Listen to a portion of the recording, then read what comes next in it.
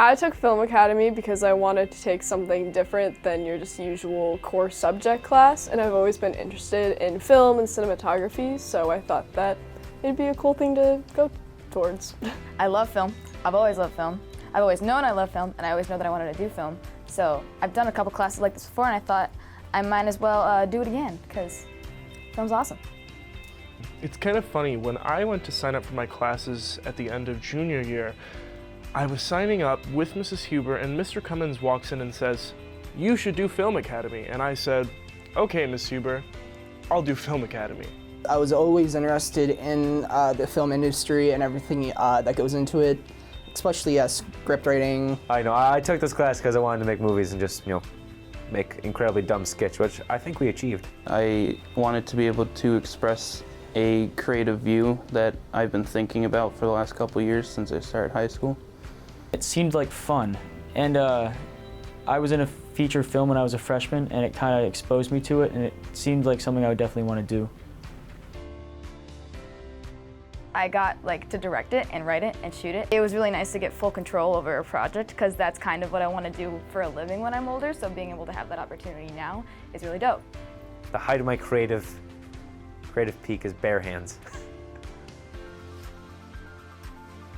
My favorite aspect of Film Academy is the freedom and how flexible our days are. It's either, sometimes it's 3 periods of editing, which can be a little strenuous, or it's just doing improv and drama or filming and just creating in general.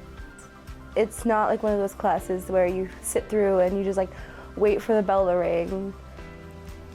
It's one of those classes that you're with a group of people that actually want to be there. My favorite aspect was definitely the freedom and the ability to work with teachers that really, really care about you actually learning rather than working towards a test or a specific AP. Yep. Definitely drama. I enjoyed being able to sharpen my theater skills, use it for the play and the musical later on, and find out that there are really good things it comes to acting that I'm good with, and not so much with others. And there was just a lot that I learned from that class. I really need to have better time management skills if I want to do this for a living. I can't be an actor. I'm terrible at acting, and I do have a new appreciation for acting and what goes into filming and stuff like that. I used to watch a music video and be like, okay, that's a cool music video, but whatever. And I'm like, oh, this Dutch angle is really cool, So I learned a lot, and not regretting taking this class. The thing I've learned in this class is, just how to work with other people. Working with certain students in this class on a group project really taught me how to work in a group, how to get things done, how to see who's in charge, how to take responsibility for yourself and your actions, and just how to be responsible and how to work with others. I'm going to college for photography, and I might do a minor in videography, so it'll probably have a pretty big impact if I get into videography more. Well, I plan to go into musical theater, so the acting and everything which I've learned within acting and writing really will help me in the future with what I hope to go into. One thing that this class teaches you to do that a lot of other classes don't really get to is the ability to work together in a group. And I've really developed that skill. Everybody in the Film Academy has, I think, this year, more than you could with any other class you could be taking, because when you're on a film shoot, you have to be able to work together with whoever's around you, whoever's in your shoot. Otherwise, you just don't have a movie to make. Keep an eye on the deadlines, because they can come out of nowhere sometimes, especially with all the projects that we do get. Don't take free time for granted. Ever. Charge the camera batteries. Dylan. I would say don't be afraid to do it. It seems intimidating and it might seem kind of weird, but it's definitely something you'll enjoy. Be ready to put in a lot of extra time, because there have been several days where I've spent hours and hours outside of school in the film room editing or working on another project, so just be prepared for that. The itsy bitsy spider went up the water spout and down the rain fell. What are you doing? visual poems. You told me that I was going to do visual poems. What are you doing? I'm doing my visual poem that I was told to do. But did you see Cut. Listen, Mr. Corella, we really need to get this done, and we already have Jacob as our master poet. But Will, I had a personal favorite: raccoons and accordions.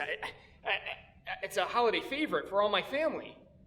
We'll keep it in mind, but we had an even bigger role planned for you. What role? What role? Because I don't want this to happen again. Yes, of course. We were thinking documentaries. Wait, a documentary on me? On you. Like my life? Yes. And how an incredible assistant principal I am? Exactly. This is amazing. I've been waiting for this moment my entire life. You guys need to enjoy these visual poems. I'm gonna moisturize my skin. I got a big moment. Thank you. Yes. Thank you. Thank you. You're great on the boom. Thank you, everyone.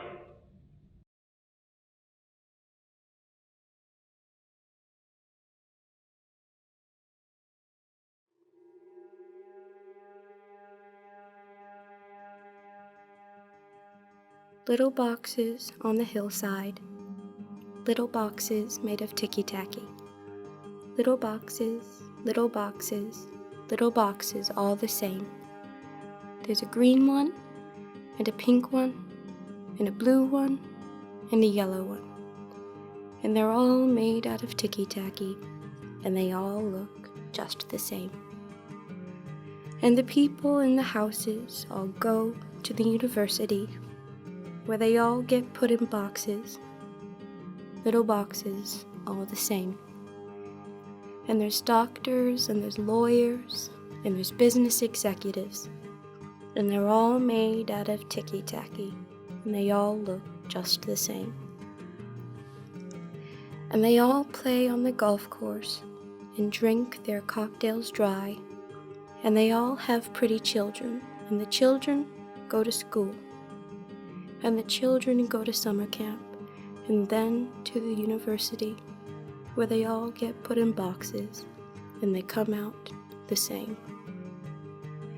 And the boys go into business and marry and raise a family, and they all get put in boxes, little boxes, all the same. There's a green one, and a pink one, and a blue one, and a yellow one, and they're all made out of ticky-tacky, and they all look just the same.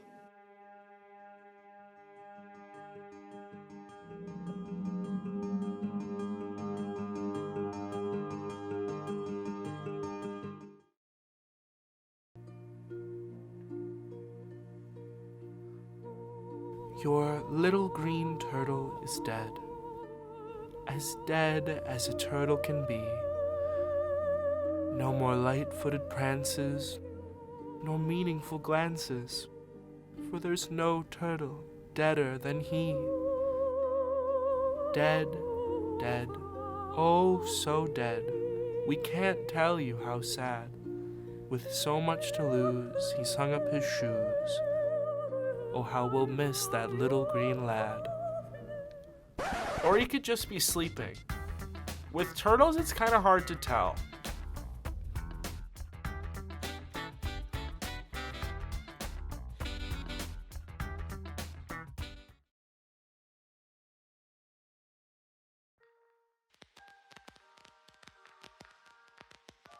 Out here, in this old town, where the gold and the luxury once painted the masts, and heartbroken weeping was but a thing of the past, where only the crows find and dine, and all there is to drink is old stale boxed red wine. Where once the roads were lined with souls galore, lies only a tear stain on the salt-caked floor. Where legends once walked, where great men once sang, now you can only hear a whisper, lost in the overhang. This is where the preacher once let his flock, back when the buildings were made out of chalk.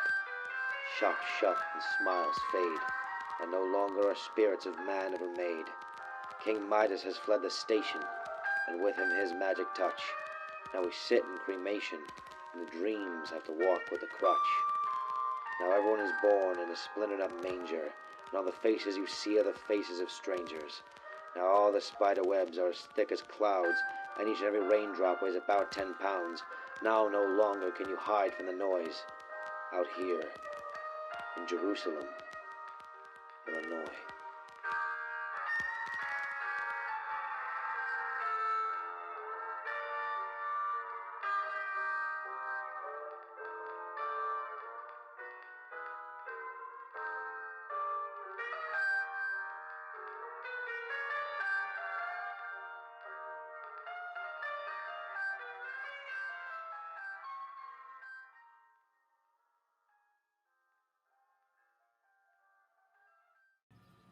Afternoon, Brother Isaiah. Good afternoon, Brother Amos, Jebediah Marshall Miller. How are you? I am wonderful on this blessed Saturday.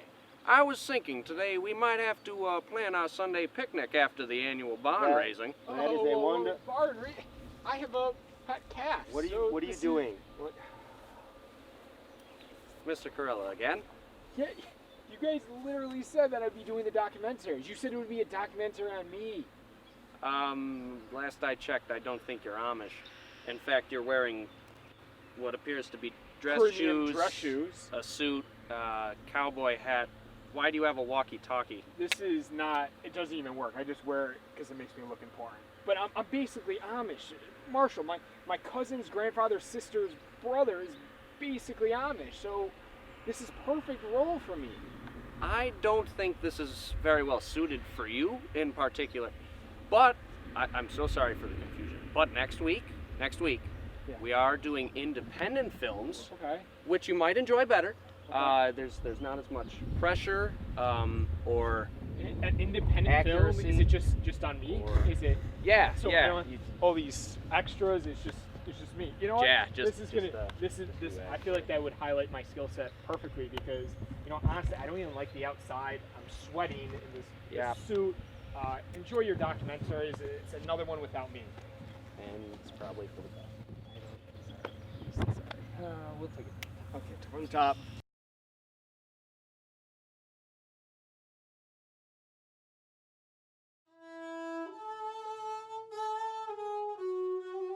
Hi, my name is Kurt Allman. I've been asked to speak a little bit about some of the instruments that I try and play. A lot of them are from different parts of the world. I'll introduce some instruments that most people probably aren't very familiar with. I have a Norwegian instrument. It looks like a violin, but it's called a hardingfell. They're a very decorative form of violin. This one is based on a mermaid, sort of a nautical design with the mermaid head. Very small mermaids near the sound holes. But the real dessert, so to speak, right now is going to be this instrument. Not very many people are familiar in the United States with what in English they call a hurdy-gurdy. It's sort of like a combination of a violin and a keyboard. You can see the keys there that you play.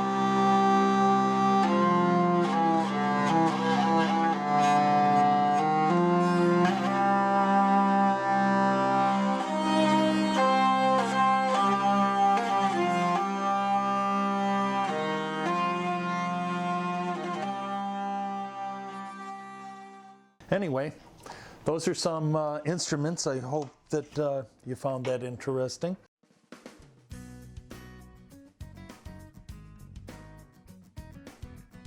When I was a student in France, I studied at the Sorbonne, and I was very impressed with the French culture and their importance on eating seasonally and the portion sizes. And East Aurora had no bakery, and it was hard for me to believe that this beautiful village didn't have a bakery. So those things inspired me to open the business.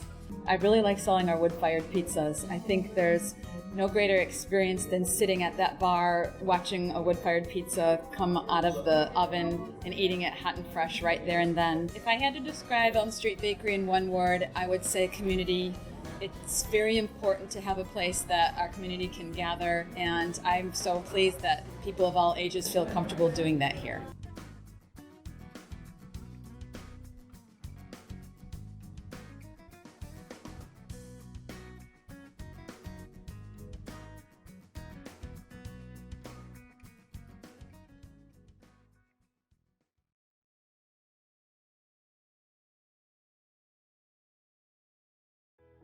The Hoffman School of Dance was established in 1930 by Geraldine Hoffman, who held her first class in her father's garage in Buffalo, New York. Historically known as the oldest dance studio in Buffalo, Geraldine's vision launched a studio with a hard-working yet positive environment, enriching her students for decades. The studio has since been purchased by Janine Cole, who has studied at the school since she was 3 years old and has been instructing and directing at dance schools over the past 27 years. Many of Geraldine's time-honored traditions are still being taught, providing students with important, lifelong skills that go beyond the dance studio. Entering its 89th season, the Hoffman School of Dance offers classes in ballet, pointe, jazz, tap, hip-hop, lyrical, acrobatics, theater dance, and boys-only hip-hop, catering to everyone from the beginning recreational dancer to the advanced competitive dancer. Hoffman School of Dance, where dance is a lifestyle.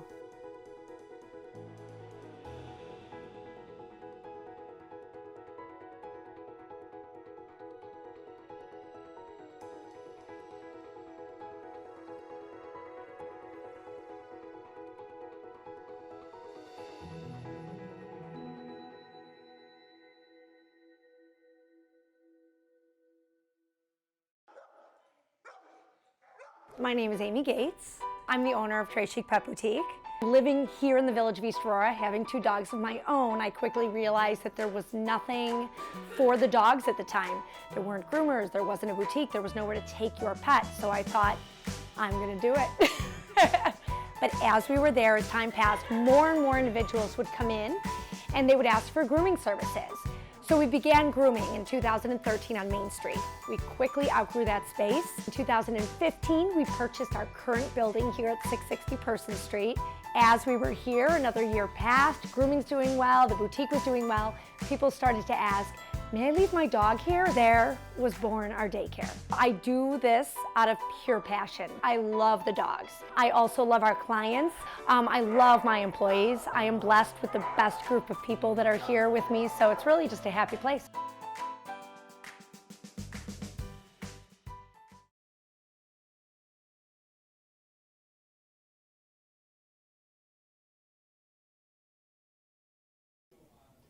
So I was thinking for group projects this year, we should do something a little bit more serious because we do a lot of fun stuff, but I feel like we don't get taken seriously. And before I graduate, I want to be taken serious. Hey, did you guys say group projects? I'm available. So back to the script. Yeah. You guys are a pair. There's only 2 there. I could be the 3rd. It could be a group then. Oh. Have you seen my body of work? I knew you could hear me. It's fine. It's fine. I don't need to be in it. Back to Enjoy your group projects without me. Is he done? I'm YouTube famous. Slam the door.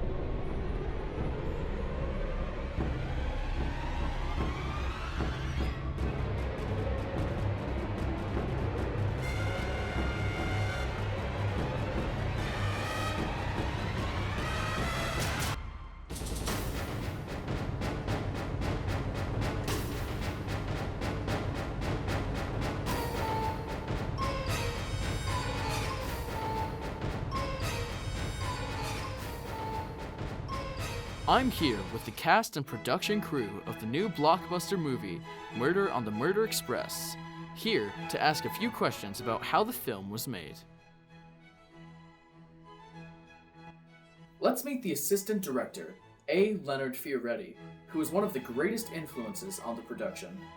Director, not assistant director. Well, according to my notes, Mr. William Bateman is credited as the director of the film. I do not know of a William Batman. Well, anyway, how did how did you come up with the title, Murder on the Murder Express? The film is obviously about the train, the Murder Express, upon which the film was filmed. I'm not sure I understand what you mean. The cast of the film is obviously here, dealing with the ethical dilemma that we all face, which is whether or not to unleash the train that will eventually spiral down the track to murder. There's no train in the shot, or in the entire movie at all. The cinematic community makes films, and besides, the train is a metaphor. A metaphor for what? If you were a thespian, you'd understand. A metaphor is a comparison between two things. I know what a metaphor is, but why is there a metaphorical train? You wouldn't understand this sort of metaphor, you see. You don't have the cultural experience.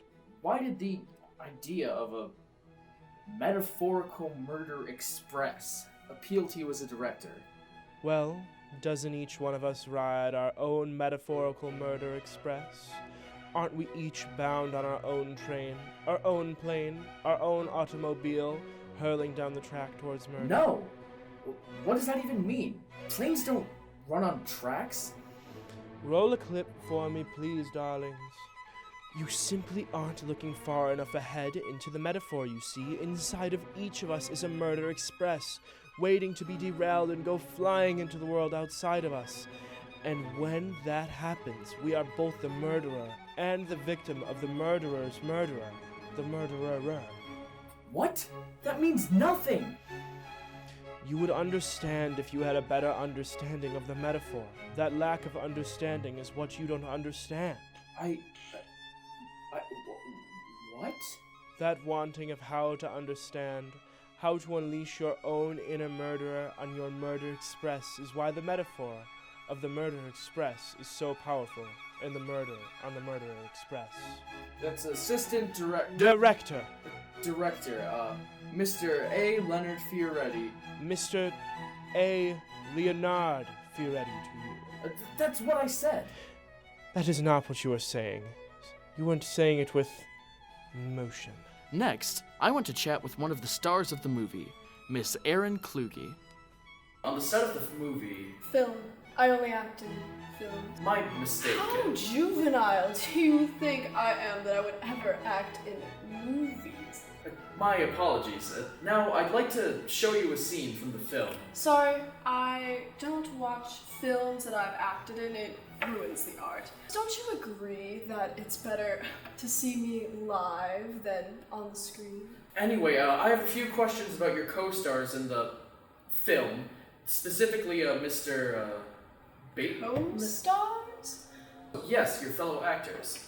Oh, yes, my fellow actors don't even have the mere talent or experience that I bring to the set. I wanted to ask you about one of your scene partners, Mr. William Bateman, who critics have said was one of the most enjoyable parts of the film. I believe you're mispronouncing my name. Common mistake. It's Erin Kluge, not Wilhelm Bateman. Oh, no. I was referring to Mr. William Bateman. Anyway, he's one of your co-stars. Look, I already told you I don't have any co-stars. You're not in cinema, are you? If you were in cinema, you'd understand. Well, anyway, about Mr. Bateman. Please, no more questions that don't pertain to myself. After that, I spoke to another one of the lead actors in the film, Sir Brandon Reddick. Alright, so, Sir Reddick, let's watch a scene from your film. Here, in this scene, you're being interrogated, and you have to convince the other characters of your innocence. Sir Reddick, how did you approach playing your character in the movie? The last time I was in a movie was when I went to a movie theater in my youth, on my trip to America. I remember seeing Thomas Kegler upon the silver screen and instantly falling in love with acting. And I've loved films ever since. That's fascinating. How did you get into character? Well, it was as easy as getting dressed in my costume. But when I worked in Gamara's European Vacation back in '72, I had to get into a giant rubber turtle costume, and I had to manually control the flames that shot out of the shell. That was definitely the hottest costume I ever had to get into. After that, I had a conversation with Miss Elizabeth Del Vecchio.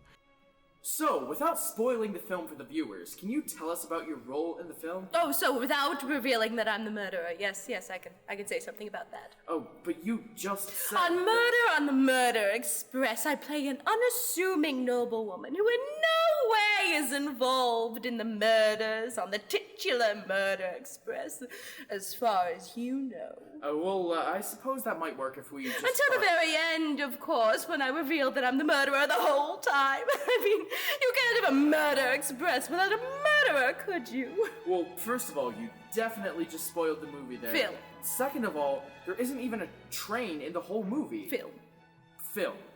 Why do you all keep insisting that the plot is focused around this train that doesn't even exist? Well, obviously, it's a metaphor. Do you not understand? Well, no, when Mr. Fioretti explained... That's Mr. A. Leonardo Fioretti to you. Well, when he explained the metaphor to me, it made no sense at all. Well, do you not understand? A metaphor is a comparison between... I know what a metaphor is already, but why the murder train, though? Oh, well, you must ask Andrew about that. He's much better at explaining things than I am. Andrew? That's Mr. A. Leonardo Fioretti to you. Anyway, so let's talk about your character. You mean the murderer? Yes, the murderer. Now, how did you get into character to play that part? Well, you see, I am a method actor. And You realize that you're on camera again now, right? Yes, of course, obviously. It's not like I murdered anyone to prepare for the film. Oh, I'm sorry, it's just that the way you... As far as you know. So, Mr. A. Leonard Fioretti. Please, call me Andrew. Oh, alright, well then, Andrew. No, that's too informal. You know what? Just go back to Mr. Fioretti. I have to ask, how did you keep all of your actors under control on set? I mean, from what I've seen, they're obviously talented, but they seem a little... rowdy? That's because you aren't in cinema. If you were, you would find that the stars of the film are as charming as they truly are. But your sensibilities have been muddled by constant exposure to modern, trashy movies. Dreadful. I obviously need to ask you about that malfunction with one of the practical effects in one of the scenes. Well, both Mr. Vecchio and the other actors in the scene are professionals. And how is the actor there, William Bateman, recovering from his injury? I'm sorry, who? I don't believe I've met William Bateman. Could you spell it out for me? Certainly, it's W-I-L... No. I'm sure I don't know anyone by that name. Was he one of the, assistant directors? So, Miss Del Vecchio, could you tell me more about the accident that occurred on set when you were, committing murder. The scene, when you, struck your castmate with the candlestick. Oh, you mean the murder during the shoot? Yes, I could say something about that. Is there another murder? Well, as I said before, I'm a method actor at my core, and, sometimes it's difficult to contain my own, personal murder express, as Andrew might call it, and you see that's what happened that day. You were actually attempting to kill Mr. Bateman? Who? William Bateman, your co-actor, the man you struck with the candlestick. I'm sorry, I don't understand the question. I've never played anyone named William before, let alone killed and met the person named William. Alright, well there you have it, folks. Behind the scenes look at Murder on the Murder Express. Well, anyway, that's Excuse me? Oh, I am so sorry. We're filming a documentary on Murder on the Murder Express. Actually, did you have a part in the making of the film? Because, we might have time for an interview with you if you want. Yeah, I'm Will Bateman. I'm the lead actor. I was the director. Wait, you're Will Bateman. Yeah, I'm Will Bateman. Oh, yeah, right. You're Will Bateman. Will Bateman, come on. Who does he think he is? Will Bateman. Let's get out of here.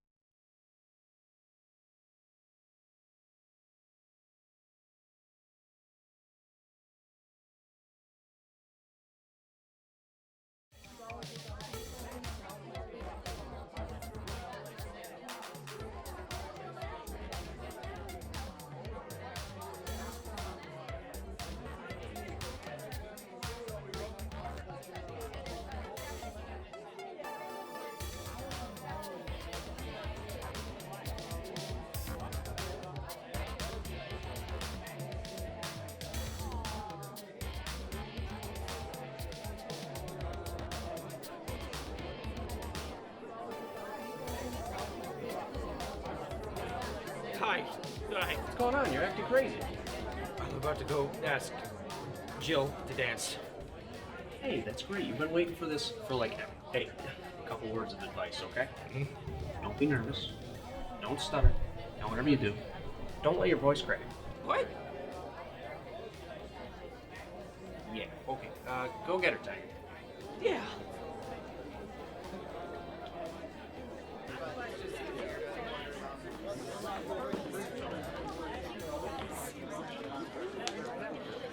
Is that our song? It is. Let's go get it. Oh my gosh, it's getting really clear. I'll catch up though. Okay. Oh, hey, Jack. Hey! See me good.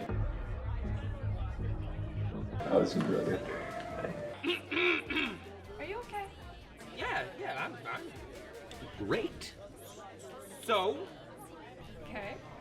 $5 on Jack. Oh, you're double up. Dancing? Us. Oh. Now. Oh, look, Jack, I really like you, but you're like my BFF. My BFF.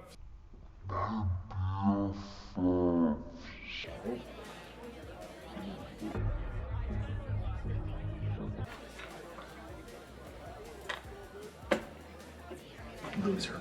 So, it would be weird. We're so cool though, right? Yeah, we are. Cool.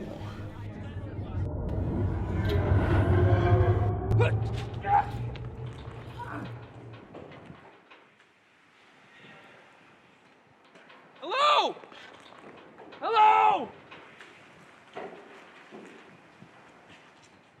Where am I? Relax, my child. You are in heaven now. What? Just kidding. It's more like purgatory, isn't it? You're in the friend zone. The friend zone? The friend zone? What are you talking about? What is the last thing you remember?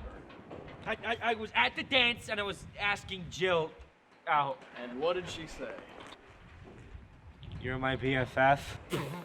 BFF! Hey guys, we got a new one. BFF's here. BFF, that stand for big fluffy friend? Shut up, Tommy. Okay. Tommy No Lips. Come on, I'll show you around.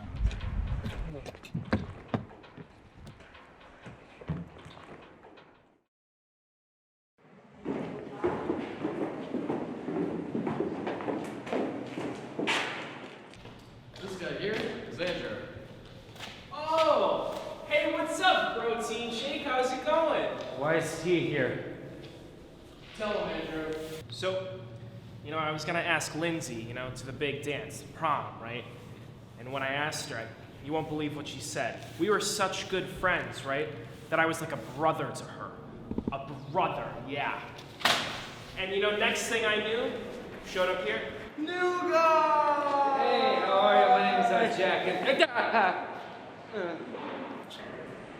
That's Sir Hugs-a-Lot for you. Come on. Why is he called Sir Hugs-a-Lot? Well, you see, the thing is,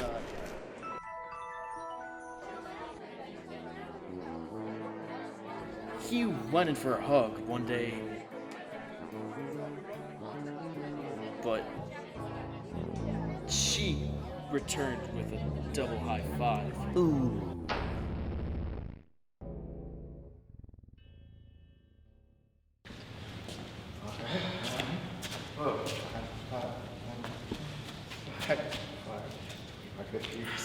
This here is Moneybags. Okay. Oh, what happened to him? I had enough money.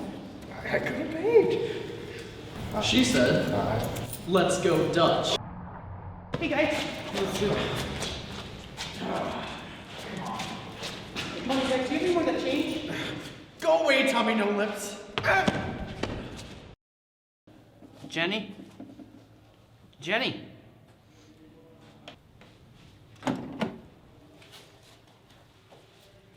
Eight, 7, 5, 3, 9.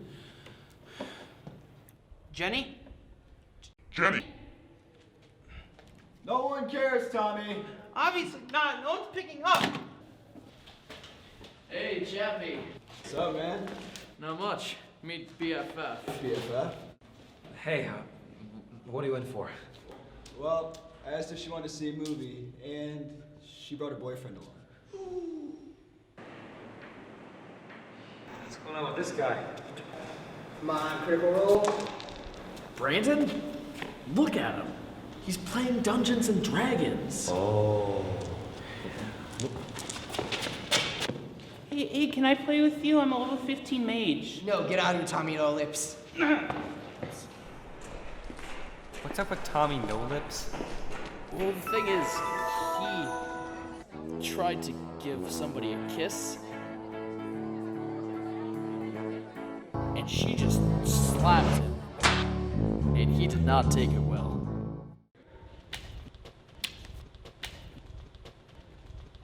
You cheat every time, Patty!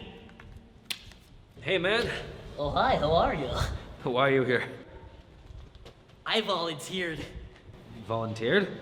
Yeah, I wanted to make some friends, and boy, did I hit the jackpot. This is Patty, and that's Paul. Yeah, man. I gotta go. Okay. Uh-huh. Yep.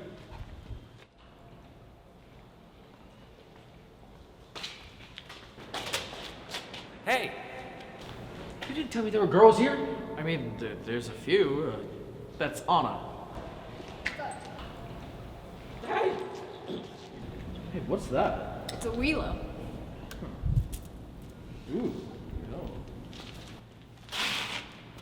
Hey! So, how'd you end up here? I asked a friend if he wanted to hang out, and then he said, yeah, you're one of the bros. I never say that to someone like you, you know. Thank you. Yeah, yeah. So, yeah. All right, I know this is gonna sound weird, but you wanna go out sometime? Yeah, I'd love to. Really? Yeah. Thanks. Yeah, of course. As friends.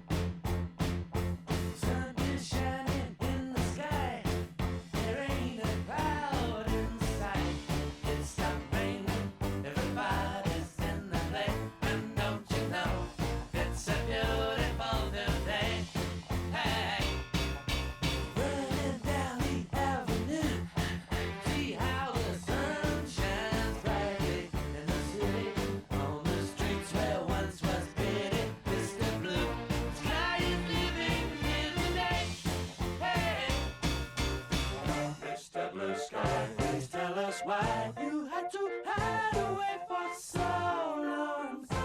Where did we go wrong? Mr. Blue Sky, please tell us why you had to hide away for so long. Where did we go wrong?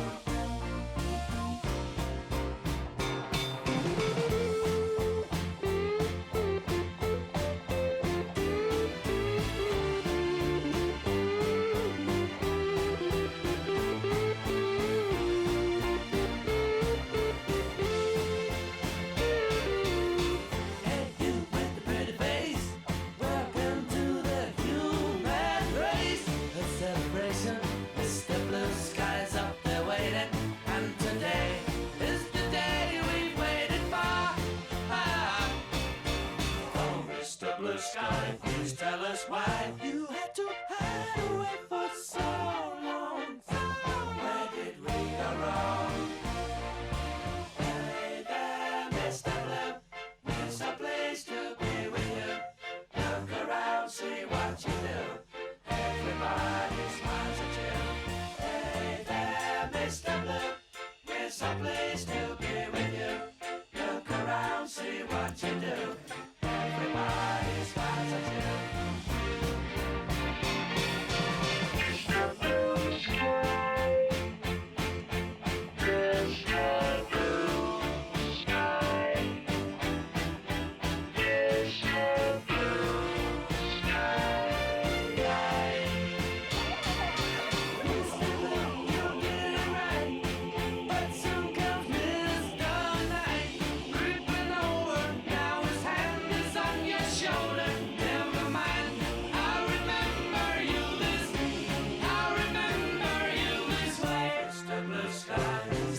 Why you had to hide away for so long?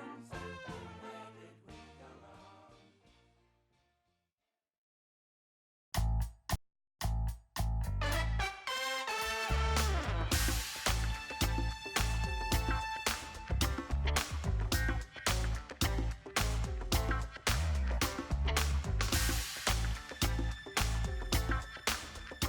So, why are you pitching this script to me? Because you're the only person that's currently passing the class. But don't you worry, Danielle. We have a great idea. It better be. This is our final exam grade, and I don't want anything less than a 100. Don't worry, it'll be fine. Besides, if I don't get 100, I don't graduate. Okay, set the scene. You got it, Daniel. What? I mean, Danielle. Okay. Picture this. A lone woman walks into an abandoned hotel. Why is it abandoned? I don't know. It just is. She finds a note. Okay. But then, a crazed old man tries to warn her of a vicious ghost. Wait, so is it abandoned or haunted? Yes. No, it's a psychological thriller. No, it's a ghost story. I thought it was a coming-of-age story. What? Never mind. It's fine. As I was saying. A vicious spirit walks these halls, laddie. If you're not careful, this place could end up being your grave. Laddie. Why is he calling her both Laddie and Lassie? It's 2019. And then she finds a note. And tentatively, nervously enters the building. And walks in on a ghost playing air guitar. What are you talking about? Yeah, Luke, what are you talking about? You take that back! Stop! You're not a ghost! This isn't a ghost story! It's a ghost, and it is a ghost story. I am a young French-Canadian ghost who's afraid to move on. Wait. What now, sassy chassis? Luke, stop calling me that. Okay, Dan, the man. Luke. Sassy. How can this be a ghost story if he looks completely normal? This is not a ghost story. But he can disappear, so it's a ghost story. Au contraire, mon frère. That's French. Making this a French-Canadian ghost story. Eh? Okay, if this is French, you might as well make it a romance. Yeah, that's a good idea. A romantic, scary, coming-of-age story. Luke, that's idiotic. Why are you being so stupid? Better than a psychological thriller. Okay, fine. It can be a romantic comedy. Just keep going. Okay. So we find our protagonist cleaning the room, the window, desperately in an attempt to fill their inner void, yearning for love and affection. This is getting good. But the ghost tries to spook her. What? But he's really bad at it, due to his own adolescent insecurities. Hi there.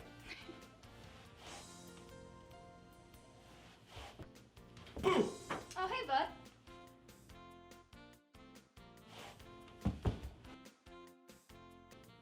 Boo! Oh, hi. What? Luke, are you projecting your own insecurities onto your character? Yes. No. No. No. Shut up, Danny boy. My name is Danielle. All right. The crazy man's warning comes true. The ghost has her right where he wants her, and then... Luke! Sorry about that. Wait, so does the ghost actually sneeze? Yes. No! There is no ghost! Then who's under the covers? Exactly. Guys, Mr. Kegler sent me to bring you guys some water. Okay, if there's a ghost, then how did he die? I've got this all figured out. Hey, Susie, wait! So basically, he just fell down the stairs. Tragic.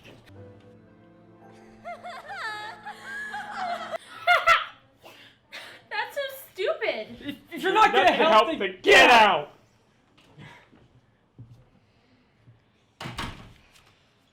Don't you guys see? He never really wanted to scare her. He was just conforming to societal norms. Of a ghost?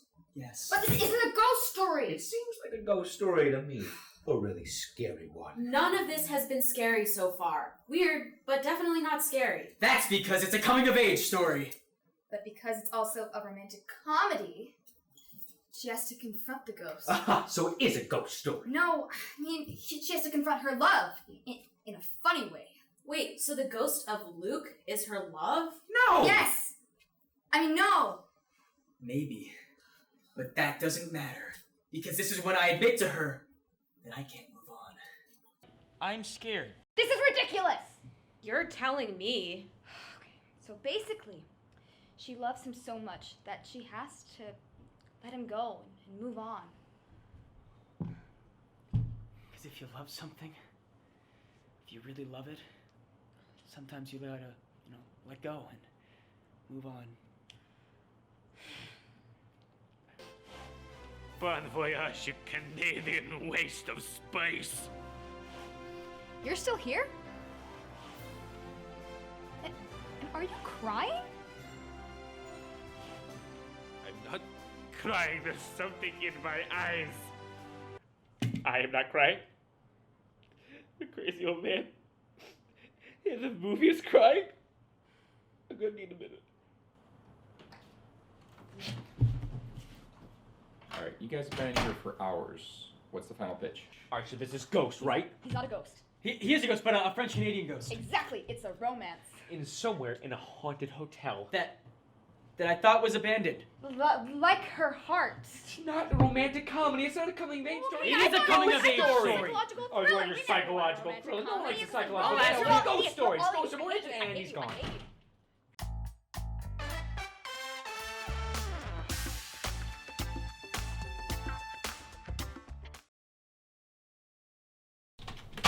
Has this ever happened to you? It's funny you say that, Marshall. It has. And this is a great segue. You guys are doing the PSAs, right? I mean, PSA literally is my initial, my first name. Sale, public sale announcement. I mean... Cut.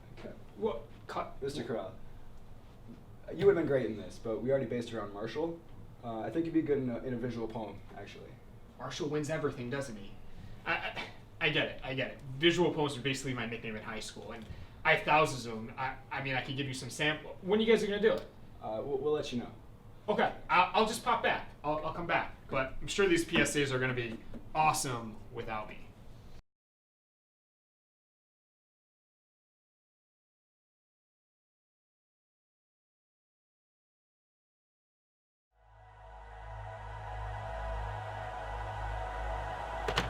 Hello?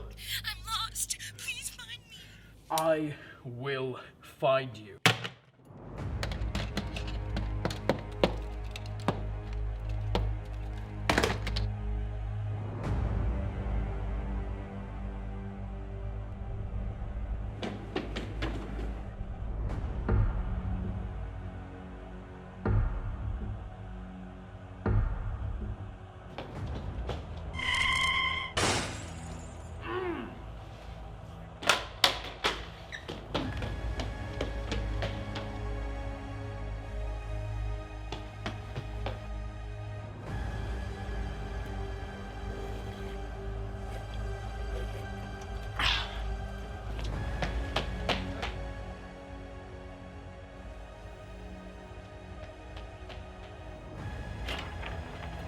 Where is she?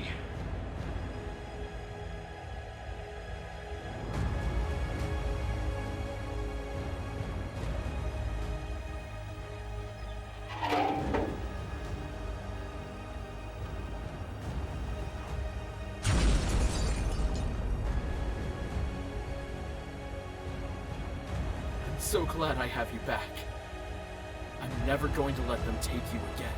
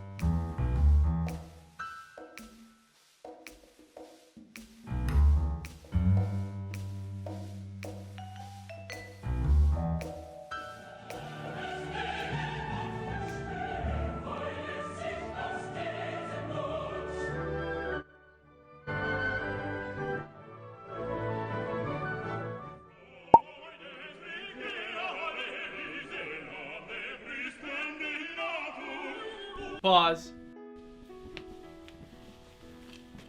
Now I know what you're thinking. How dare Mr. Corella enforce the school's safety rules? But it goes much deeper than that. Hi, I'm Gregory Scott Shepard II, and I'm here to explain. Resume.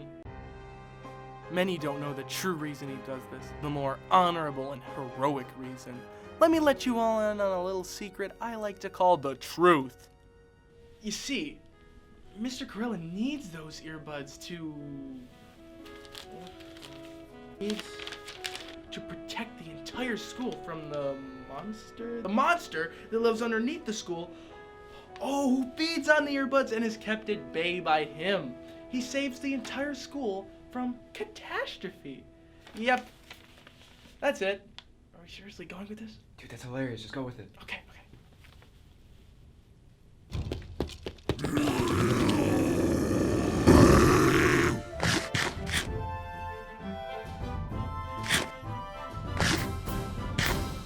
Stop wearing earbuds in the hallway. Please?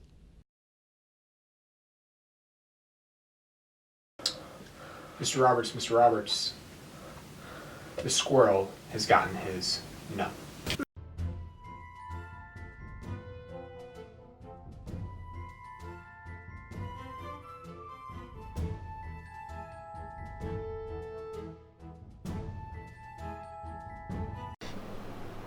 That was fresh.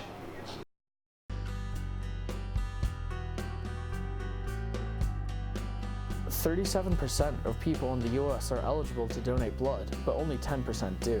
Your cornea can restore sight to 2 people. One organ, tissue, or eye donor can save and heal over 75 lives. 25 people will die because the organ they need won't be donated in time. 1 in 7 people entering a hospital need blood. Over 82% of people waiting are in need of a kidney.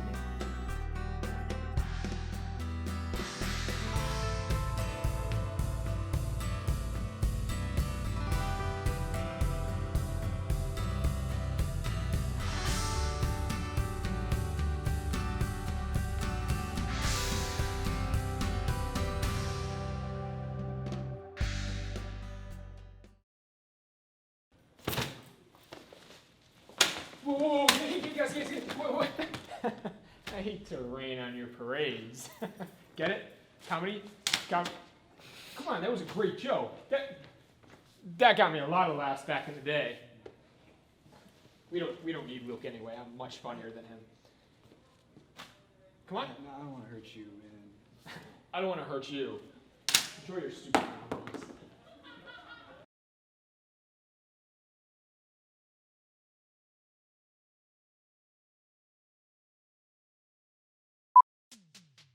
Has this ever happened to you? You're walking through the park, innocent enough, right? Wrong! You just got slapped with a felony charge for loitering. And now you need cheap help? Quick! Like really cheap help. So come on down to Miller and Lash, attorneys at law. Where we get frightening results frighteningly fast. Worried you can't afford our cheap help? Don't worry, we barter. Tax evasion? Paid vacation. Parking ticket? Bag of crickets. Shoplifting? Your firstborn. Either way, cash or barter. Who'll get you off scot-free? That's right, scot-free. Who even is Scott? I don't know, but he's free. So we are taking him. Excuse me?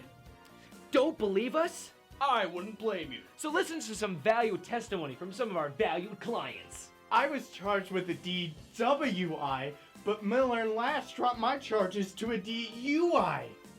That's one less U. I was getting ready to be charged with theft, but thanks to Miller and Lash, I only had to pay for the item, and I got to keep it. I just robbed a bank, and Miller and Lash attorneys at law drove the getaway car and dumped the evidence. It's definitely not in the lake.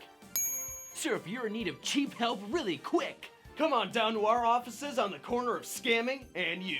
Our number is 1-800-MILSH. That's 1-800-555-5557. Don't Google us.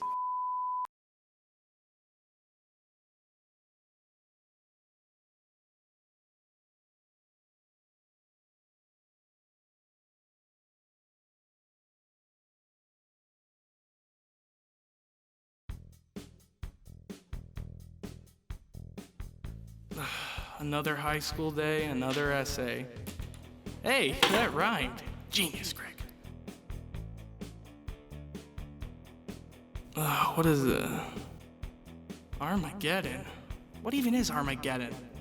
Human extinction? The Four Horsemen? That's a Metallica song.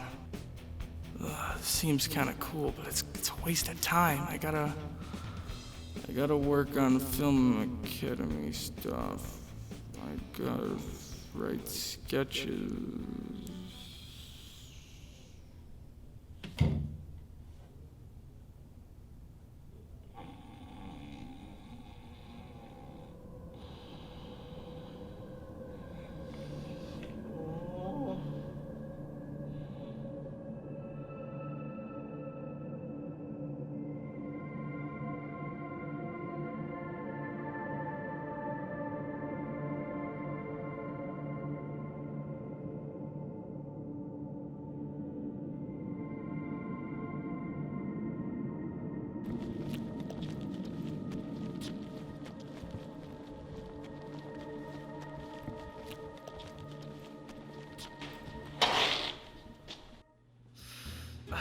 Time for another fantastical, amazing day at school with all the people I love.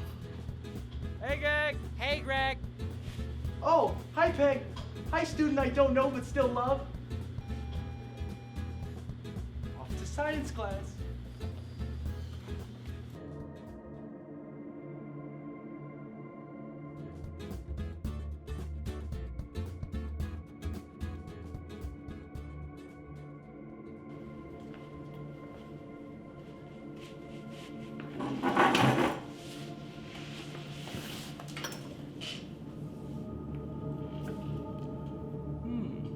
That's odd. Where's Mr. Watt? Here I am. Yep, it's me, undisclosed science teacher. Sorry I'm late, everybody. Undisclosed? Yeah, my lawyer advised me not to disclose my real name. Yeah, saying his name, bad idea. Oh, yeah, well, Mr. Undisclosed, did you hear on the news about the mass extinction? Greg! Sorry to cut you short. But we have a lot of sciencey stuff to do today, so let's get down to science. Today's gonna be a long day. Hey, it's echoey in here. Woo-wee, woo-wee! Echo Greg! Greco!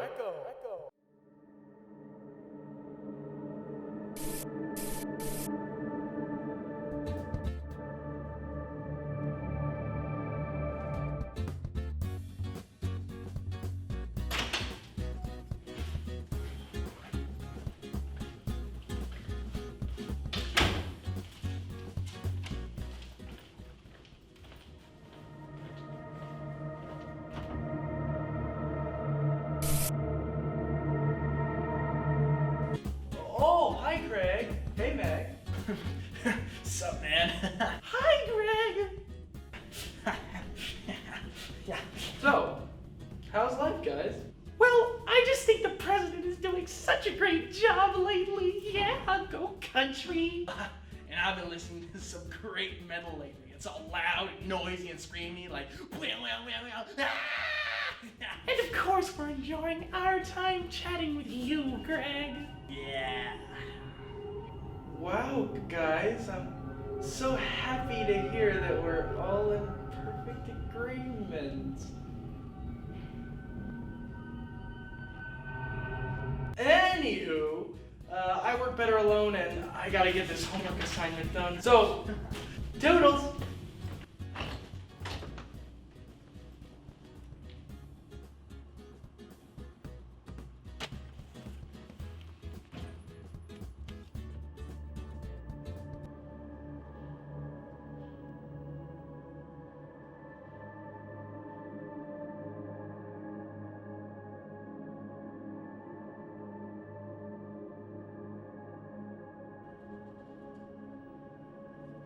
Just sign in, Greg. Yes, sir.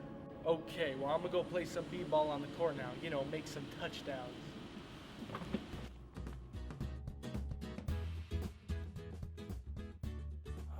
I need a desk to do this assignment. Greg needs a desk. Greg needs a desk. Greg needs a desk. Ah, yes, Greg desk. Ew, that tickles. Cut. This is getting too weird. Yeah, you're right, Director Greg. How's audio boom, Greg? Good as always, Camera Greg. May I please use the loo, Director Greg? Make it quick, Camera Greg. To the loo!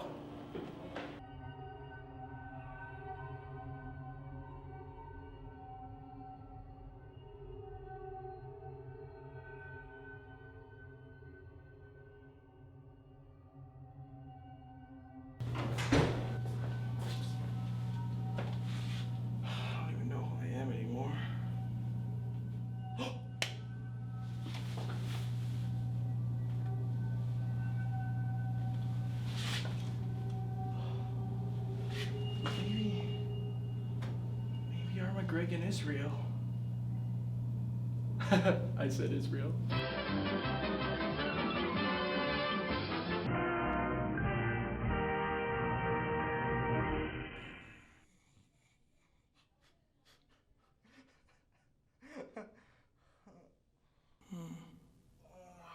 Oh, that was a dream?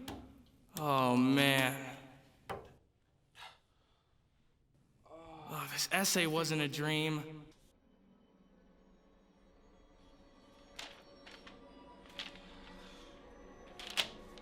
Let's see, Armageddon. So, Greg, how far along are you on your essay? Yeah.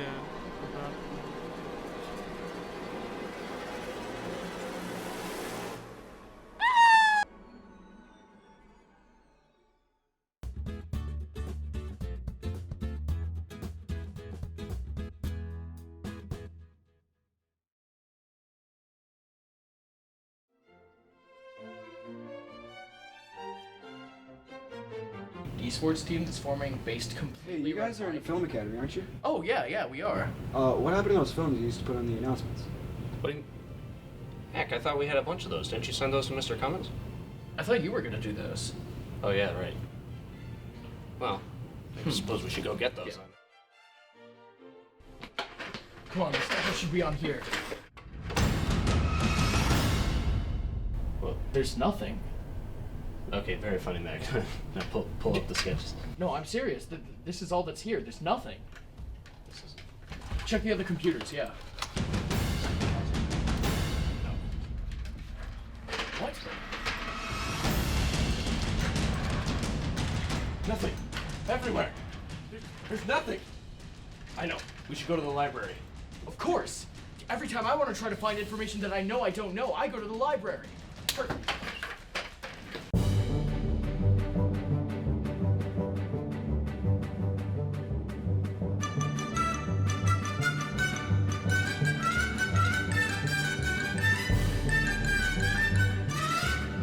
Marshall, I got the file.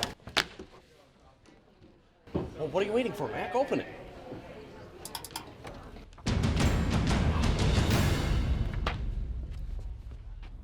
Mr. Cummins, do you know where our sketches are? Go ask Mr. Kegler. Mr. Cummins, roll D20 for persuasion. Ha! 20! Oh man, I suddenly feel like we should go ask Mr. Kegler about the sketches. Yeah, me too. That's weird. I usually never listen to Mr. Cummins.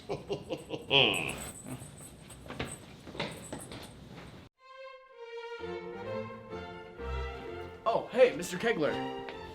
Have you seen our sketches? No, wait, you guys actually made sketches? I mean, I think we did, right? No, Mac, you don't think... No, there's no way. It's impossible. There never were any sketches, were there? Huh. I guess not. Well, mystery solved. Yeah, that's another one for the books, huh?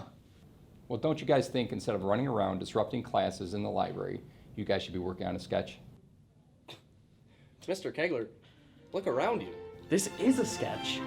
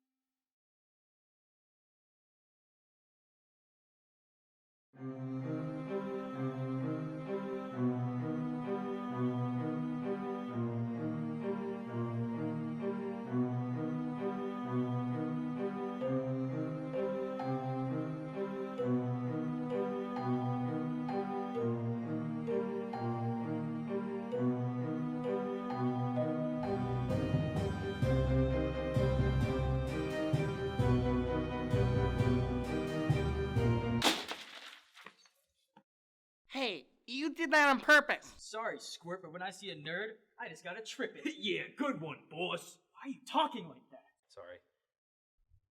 Oh, Scott, you'll rue the day you ever decided to bully me. You threatening the boss? Stop talking like that. Sorry. Okay, Timmy, but until that day, you're still down there, and I'm up here. And I gotta say, I'm liking the view. Yeah, you're dead meat. Stop, dude! Sorry.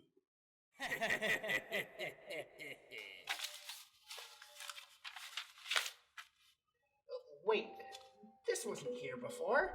McDougal McCabe, Self-Defense Guide to Victory?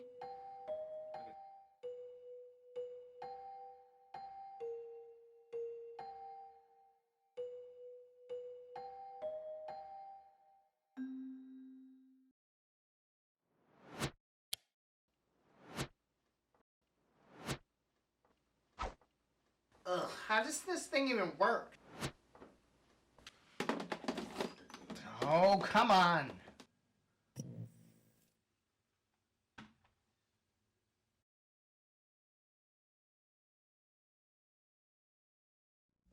And now our feature presentation.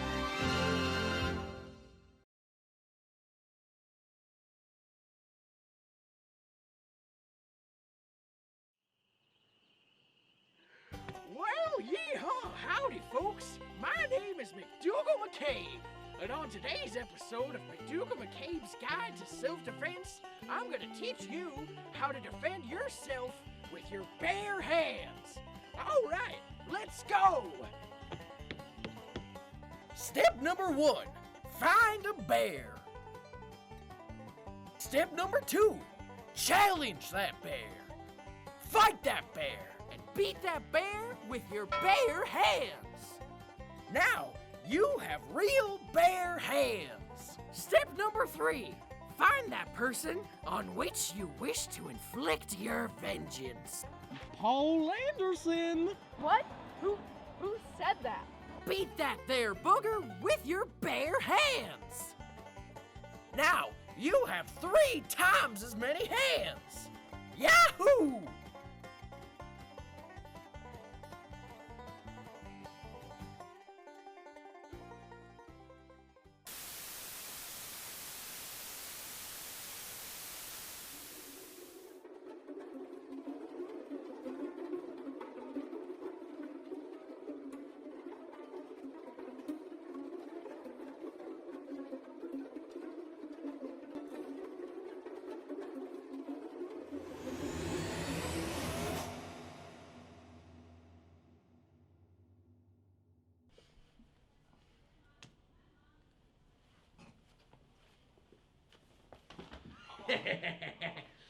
You got another one, boss. Mac, I swear. Sorry. Hey, Scott. Well. Look who decided to... Sorry. What do you want, Timmy? Notice anything different? No. All I see is a nerd.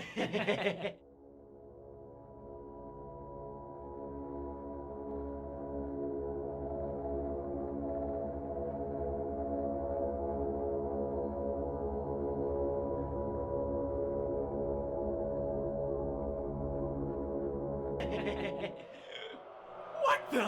What, boy?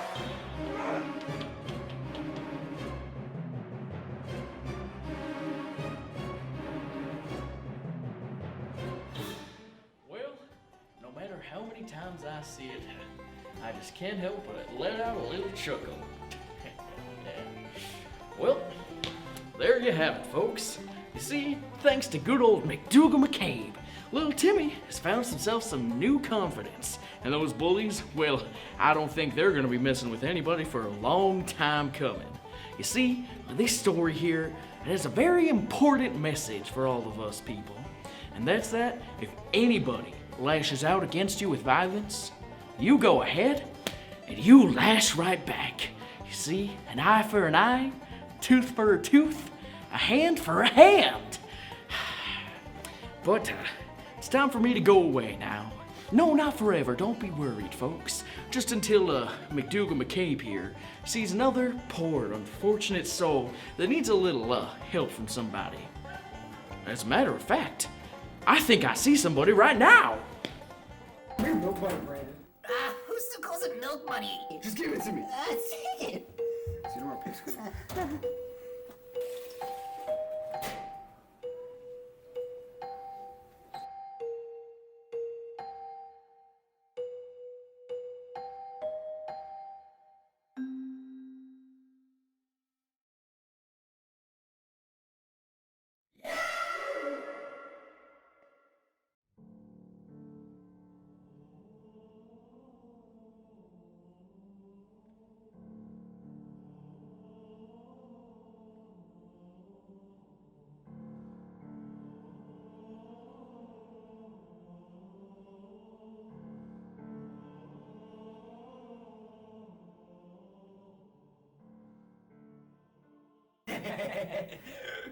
What the?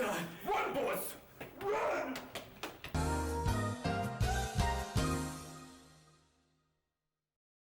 Mr. Krill, I'm really sorry. I didn't mean to vandalize the lockers. It was an accident and it won't happen again. As Mr. Corella and your assistant principal, I'm in charge of discipline. Whoa. What did you say? And what is going on here? We're filming for our feature films. Yeah, and you said I was the feature in the featured film. No, you are. This is you, Mr. Corella, as played by Mr. Roberts. Some sick joke, right? No. He fit the part. I don't think you understand my body of work. I'm hold this thought. Hold this thought. Okay. This is a joke. I'm really sorry. He gets all worked up, his emotions get... This is some show you're putting on. Do you see this? This upside doesn't down. happen on accident. This is gold plated. I don't know if you've ever touched gold. Don't even look at it. I am the best supporting actor. This does not happen on accident. You were the best supporting actor last year. I was it 3 years ago. And me the year before that. So, you just give this out to anybody. Yeah, I guess so. So, is there anything I can do? Or is I'm just basically a retread actor? You can introduce the final films. Really? Yeah. Yeah, that's you were born for this part. You got this. Live from East Aurora, it is the featured films.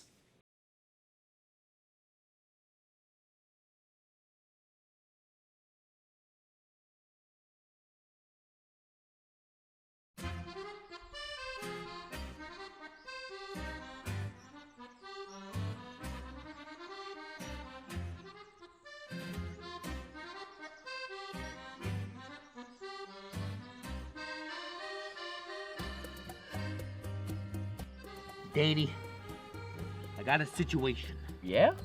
I got beef with someone. Oh, with who? George Giatelli. You're telling me that the great Tommy Romano got beef with George Giatelli, the most hated guy in the entire school? Look, that guy's a character, all right? It ain't my fault that he wants to start a beef with me. He's got something in mind. Oh, what'd he take? I can't tell you. What do you mean you can't tell me?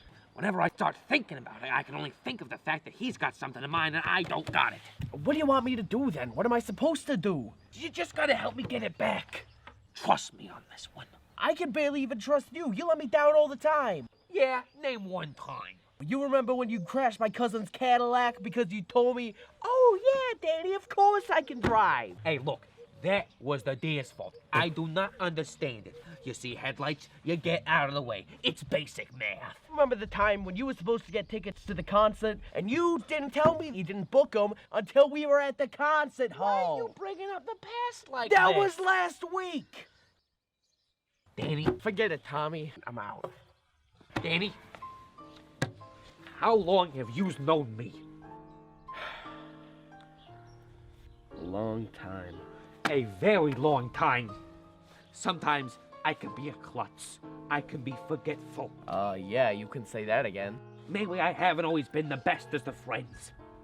But look, Danny, whenever it truly mattered, I've always had your back. I've never let you down, except for all those other times I let you down. I ain't asking for much. I just need your help for this one time. I need you, Danny. All right. What do you want? I need you to help me find George Giatelli. You don't even know where the guy is? Look, it's not my fault. The guy just disappeared on Friday. Have you tried checking his phone? GPS signal looking like through that? We can do that? Come on, I know a guy. You know the guys? Of course I know the guys. Come on.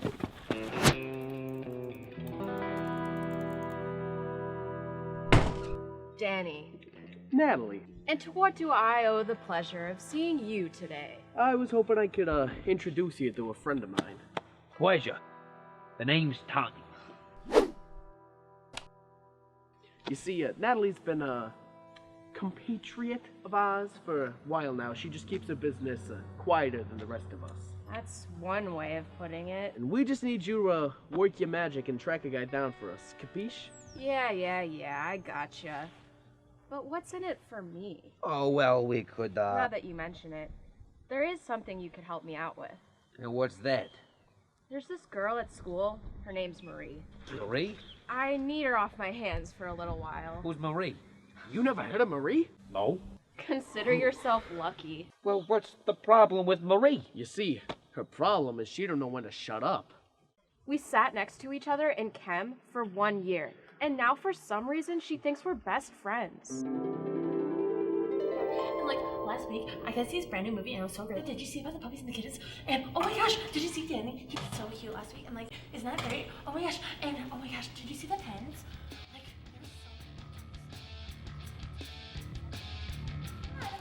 I love your headphones. They're so pretty. I think I have the same exact model.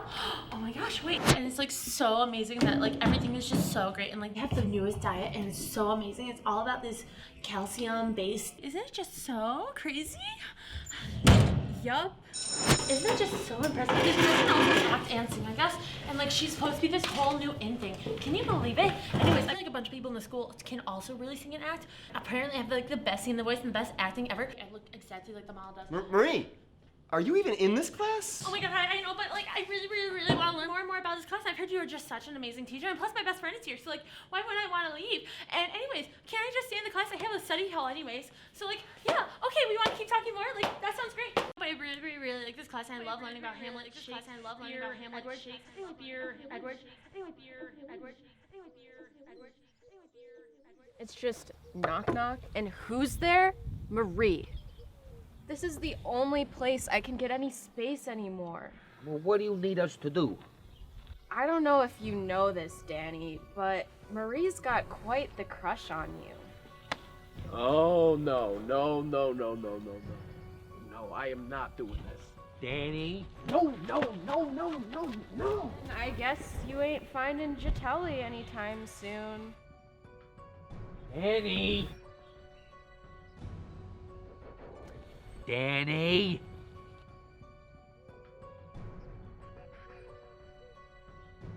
Come on. Do it for me.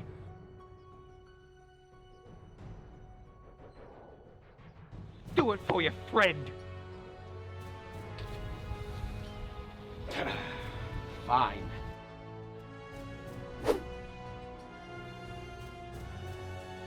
Is it a deal?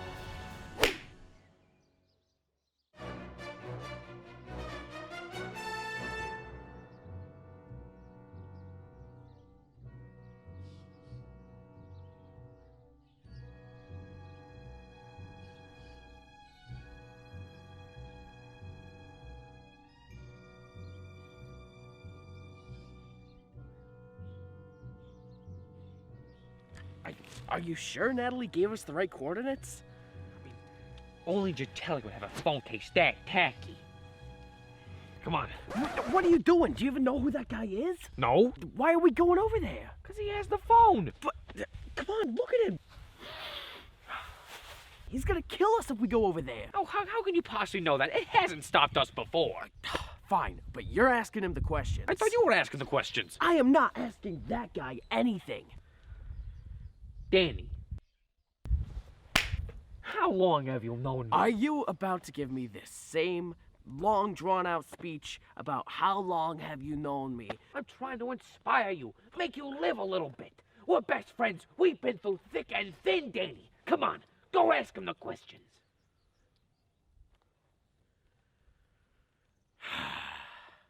Fine. There we go. Do you love me? I think you're pretty great.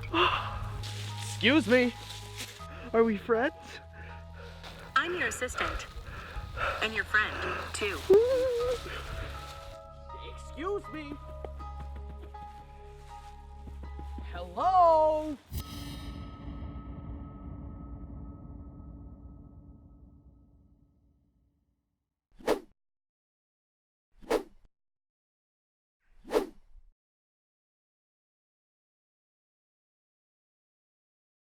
Hit him with the good cop, bad cop. Now look here, sirs, we are not trying to hurt you. We're just wondering where you got the phone. Listen, I wasn't doing anything weird. It's just phone. I'm just in love with the girl in here. She's my lady. All right. Who'd you get the phone from? Where'd you get the phone? It was a trade. I just gave him my beanie and he gave me the phone. I love the phone. I love the woman. This transaction here's got Jatelli's name all over it. You're right about that. Where'd he go? Where'd he go? Where is he? He went that way. He went that way.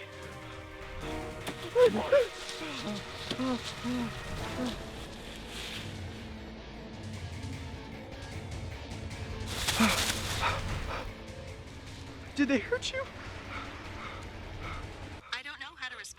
Oh no!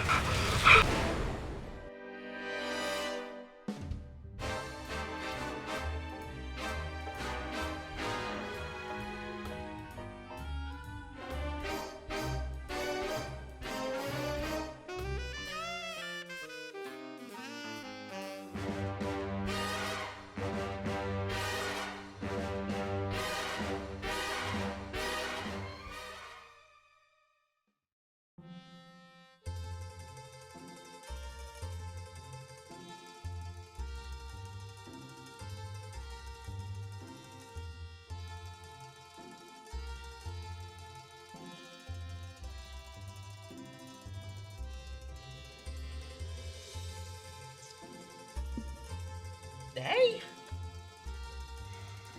Got a lot of searching done today, didn't we? Huh?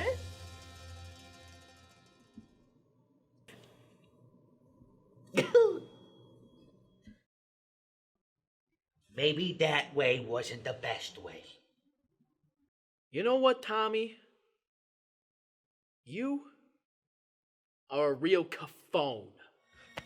Danny! Danny, what have I ever done to you? I'm a real stand-up guy. A caphone, I am not. Va? Fa? Danny! Nepal.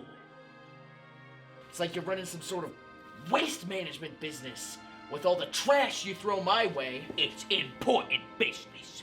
I'm a real stand-up guy, and you know that. Stand-up guy? You can't even tell me what your telly did to you. Come on, it's too far. You're bringing disgrace to the family name. Tommy, can we please just move on and just forget about it?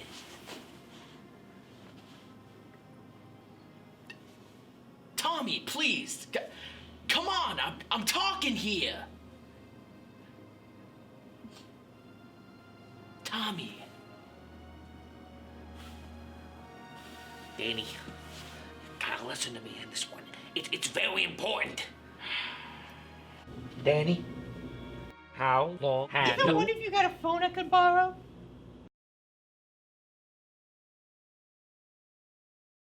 Don't you got a phone right there? Oh, this? Bah! This is my real phone. I'm looking for a burner for business. I usually steal them, but I gave you the last one to charity. A charity man, huh? Kinda in a hurry. Alright then, yeah, I think I might got one. I just gave him my beanie and he gave me the phone. I love the phone. I love the woman. We're gonna need subtitles on this one. Where'd you get that beanie, kid? What's going on here? We're asking the questions here, wise guy. We know you gave away Giatelli's phone for that beanie you're sporting. I'm sorry, okay? It's just Giatelli's got such a good warranty in that thing. You could lose 30 phones in the same month and have them all replaced. You prickly marks by the week. Just please don't tell my mom. She'd flip. Relax, kiddo. Don't you worry. No one's telling your mama a thing.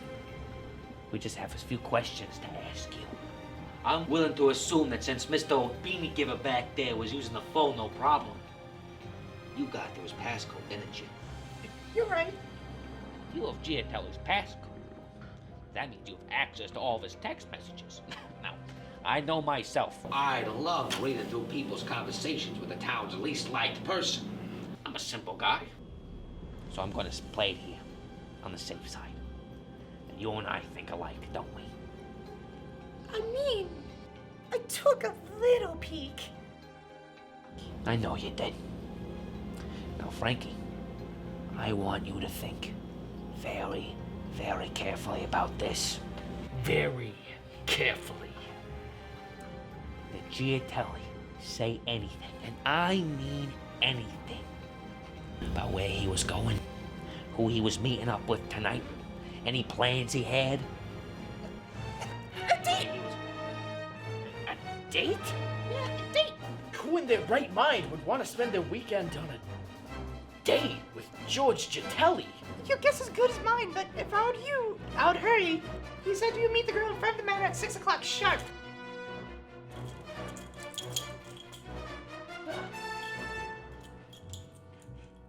It's 6:05! Then let's go. We don't got time to lose. It's been a pleasure doing business with you, Frankie.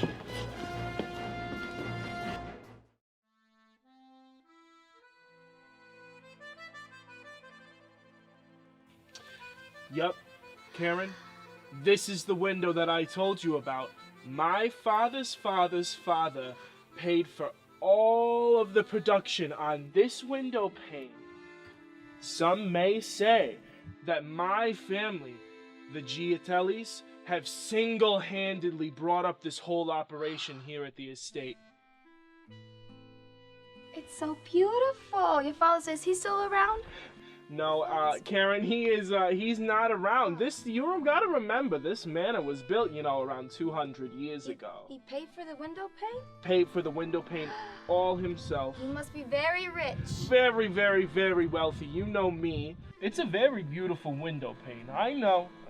Hold it right there, Giatelli.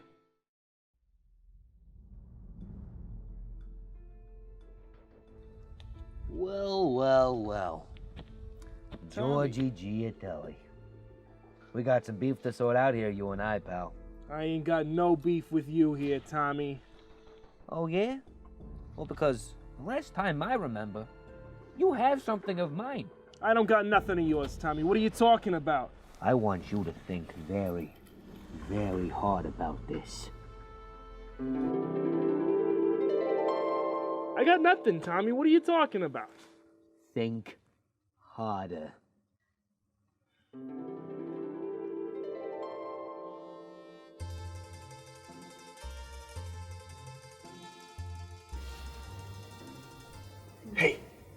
Hey, Tommy. You got a pen? I'm gonna fudge this community service paper report. Miss Ailey will never know what hit her. Yeah, I got a pen. Pass it here.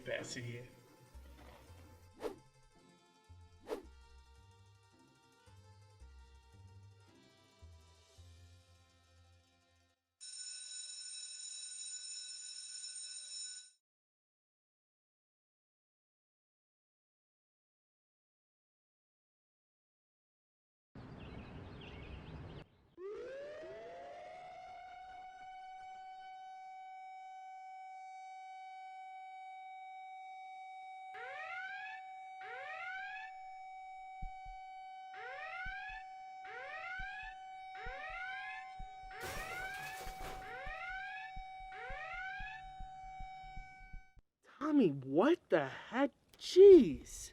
My gel pen. Give it back. Here, take it. I don't want it anyway. Come on. You're a real piece of work, Tommy. Interrupting my date with Karen here for a gosh darn pen. Are you serious? Georgie, you're gonna get out of here if you know what's good for you. Come on, Karen.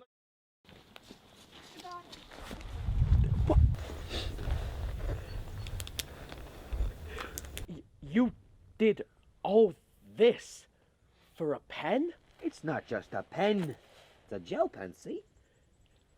See? You did all this for a pen? Look, Danny, there was a very important reason why I went all this way for this pen. You see that window pane? Gioletti's fathers made that window pane. But Gioletti's fathers, and my fathers were also mortal enemies. That was supposed to be his window pane. And you know what Gioletti's fathers did to my fathers? He killed them. With a ballpoint. You did all this for a pen? Not to mention these like $2 a pop at the drugstore, and I'm not made of money. Oh my god,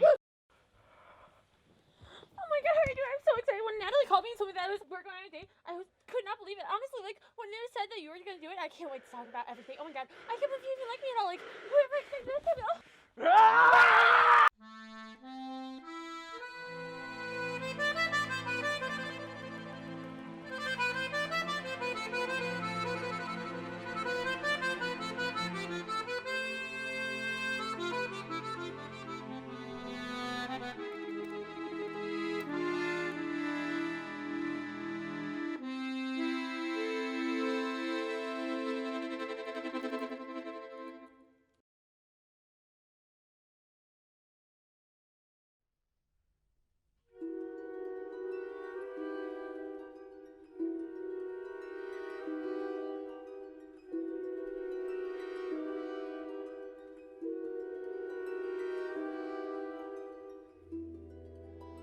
This is Charlotte Penny, age 17, an ordinary student in an ordinary town in an ordinary school.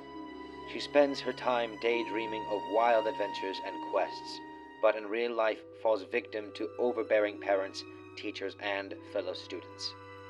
She daydreams in order to escape to a world where she can be heard, where she can make the difference, where she is cared for. However, Charlotte is soon going to discover that such daydreaming can have unforeseen consequences. Consequences that only show up at night. Consequences that we only ever see in our nightmares.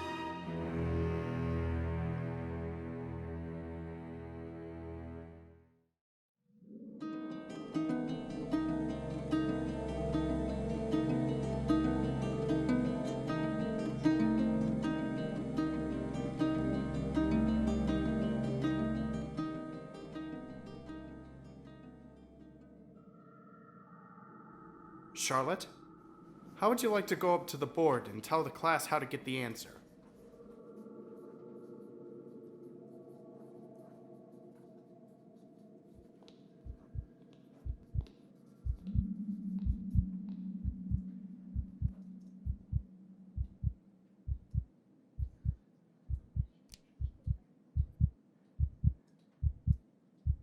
Stop. Have you learned nothing in this class, Charlotte? Just go take a seat.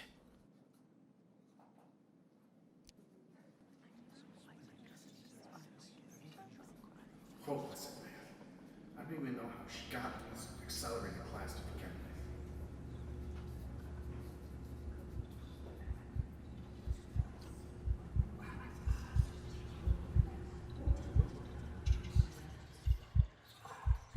Did you hear about Todd's party? Oh my god. Are you going? Yeah, I'm going. Are you my God, going? yeah. I'm so excited. It's gonna be Yeah. he's so Oh my god.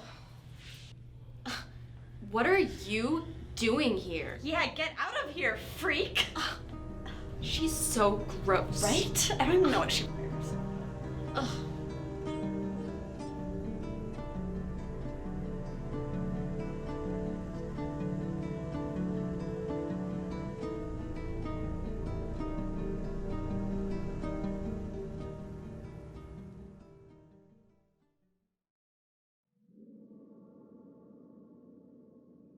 Oh my god, did you get C for number 3 on the quiz? Wait, no, I got B. Oh, my mom's here. Hi, honey. How was your day?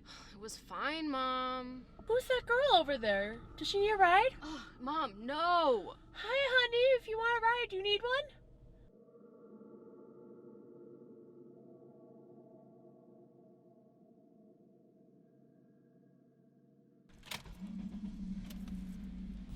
So where do you live, honey? Yeah, you can just drop me off in town. Okay.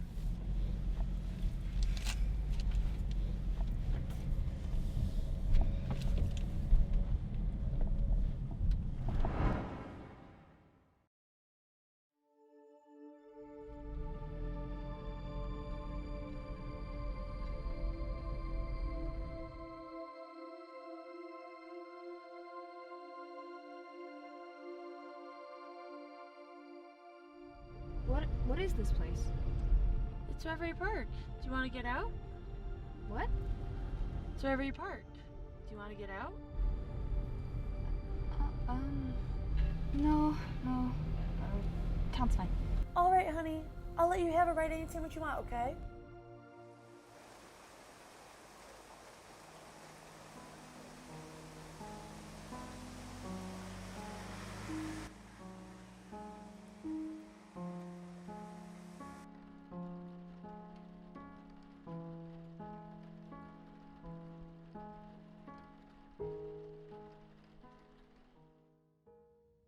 George, you forgot to pay the electric bill. We can't afford the fee again. Helen, you have a job paying yourself. I don't have enough time to pay the bills and make dinner. Time. I don't have enough time. I have to work 10 I hours have to shifts work every day. too. You think I don't have a job? I go to work every single day.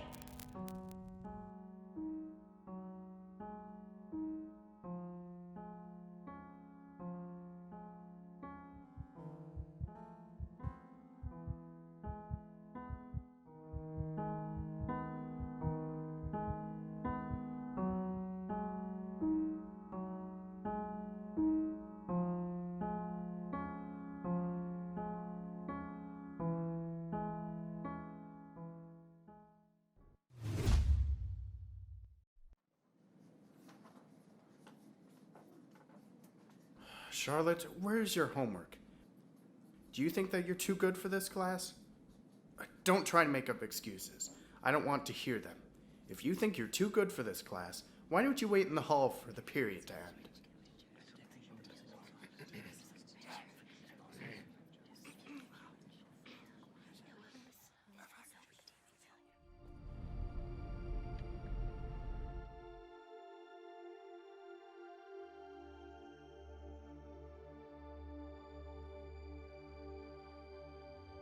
Do you want to get out?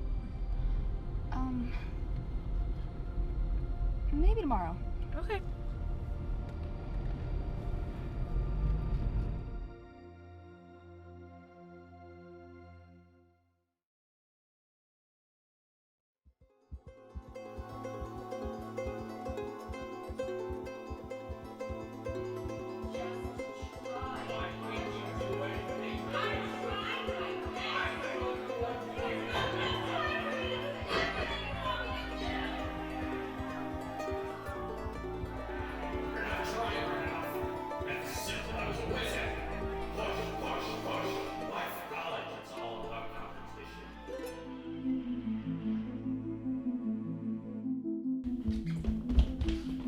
Good night, Mom and Dad. You should have been in bed an hour ago. Your homework better be done. I can't take another embarrassment.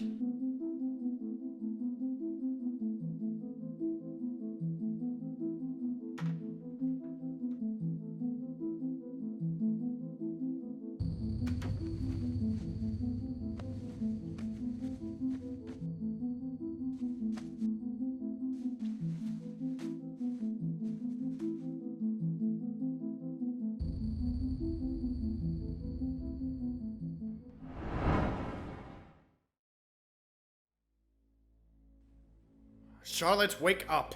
I am done with this lazy and inexcusable attitude. If this continues, I'll have to report you to the principal. Your parents are probably so disappointed to have a child like you. You probably wouldn't know 2 + 2 if it hit you in the head. If only you could study as well as you daydream. Hey, if you're just gonna make fun of me, then I guess there's no real reason for me to be in your class. Is there?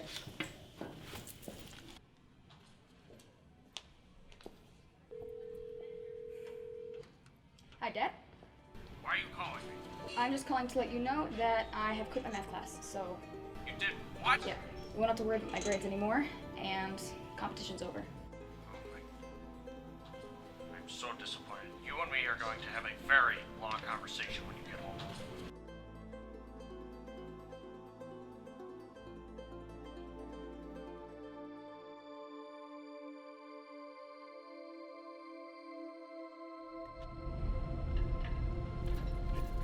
Could you stop the car? I need to get out.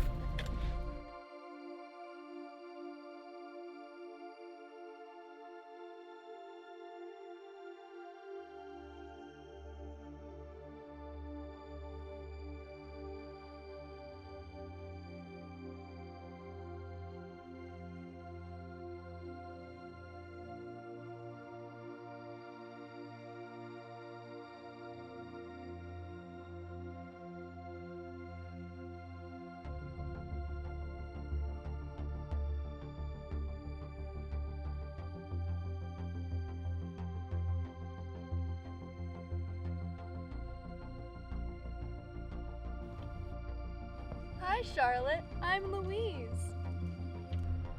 What is this place? Let me introduce you to the rest of us. What are they doing? Oh, they're just having fun. You can join them later if you'd like. Charlotte, honey, we're here. It's time to wake up. Charlotte? She's not waking up. We're one big happy family. One big happy family.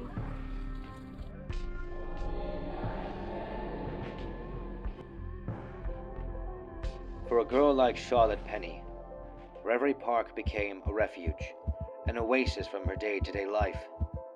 She never paused long enough to consider the dangers. Be careful how long you dwell on your sweet fantasies. They just might become your bitter reality if you are not careful. Out here, in the Midnight Realm.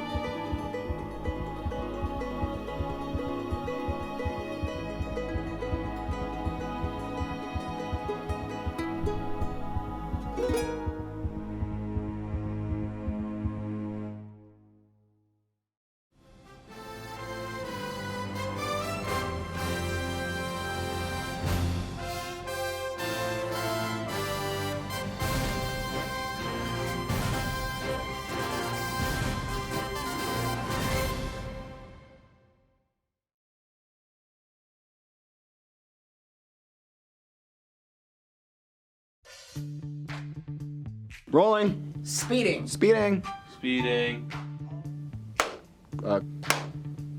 Okay, we're good. Cut.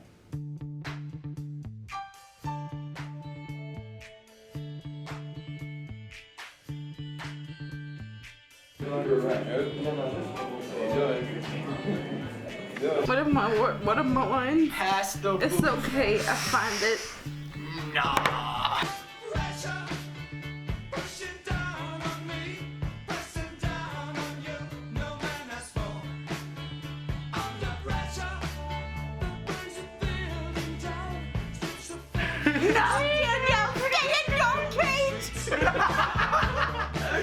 And what?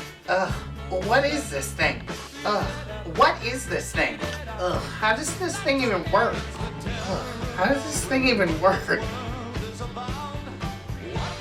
How does this thing even work? Beautiful.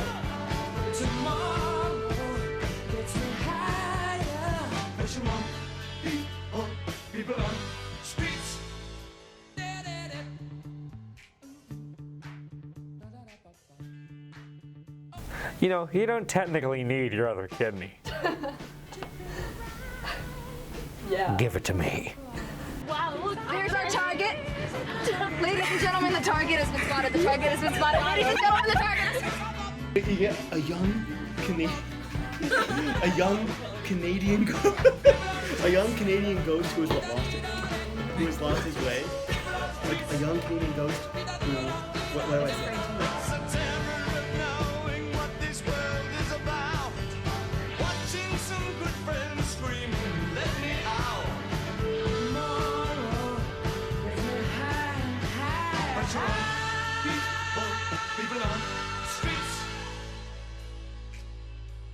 Turned away from it all like a blind man. Sat on a fence, but it don't work. Keep coming up with love, but it's so slashed and torn. Let's just do this. The ghost. Okay. Alright, ready? So. I hit my fingy arrow!